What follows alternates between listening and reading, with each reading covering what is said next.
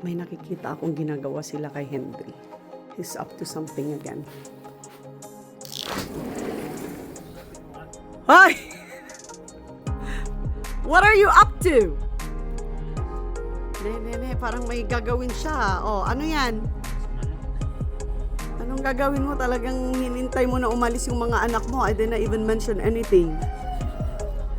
Oh my gosh. Anong gagawin mo? Ilang manok ang kakatayin mo?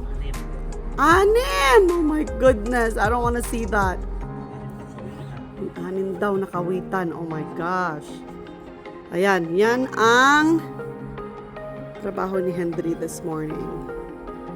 Bago siya magtrabaho mamaya. Sa real work niya.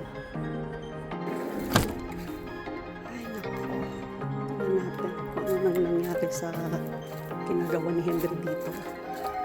Oh my goodness. Oh my God.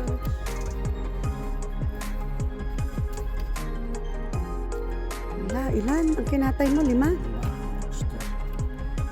5 roosters. Kasi bawal ang rooster dito sa Oren because they're loud. That's why.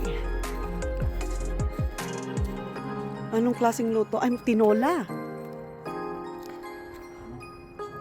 Okay, pakisave yung mga feathers at gagamitin ko sa costume ko. Ayan, meron siyang kumukulo. OMG. Kawawa naman.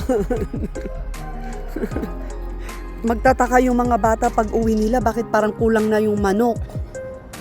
Hindi nga ako nagbanggit kanina dahil siguradong lalo na si Tio, magrereklamo yun.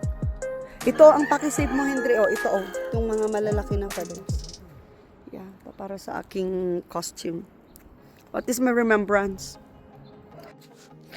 Okay, anong nangyari kay Henry? Hey! I'm working on my plants. Nga napasama kan. Oh my gosh, ano to pang Thanksgiving na to Ay siguro Henry, wag mo munang hiwa-hiwain pang lechon. Tatanggalin ko yung bituka. Sa Thanksgiving. Oh my gosh. I just saw them earlier. Okay, ito na ang mga balahibo na I'm going to save. Wow, grabe lakay. Kaya mo yan! Kaya mo yan! Yeah, kaya mo yan. Yan, medyo mataba yan Lahat matataba. Ganda ang Sandali, kinuha mo ito noong May, right? May, June, July, August, September, October. 5 months lang. bago ka umalis. Yeah, bago nga ako umalis.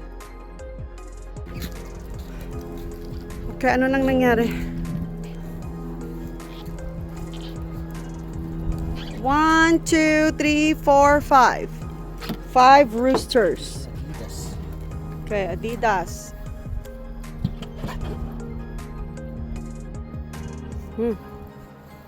Anong luto gagawin mo? Okay, agtad-tad ka na kay ta isote ilutotan. Agluto ta ti fresh. Ito hindi to matigas no. Kasi ilang buwan lang to mga to Okay.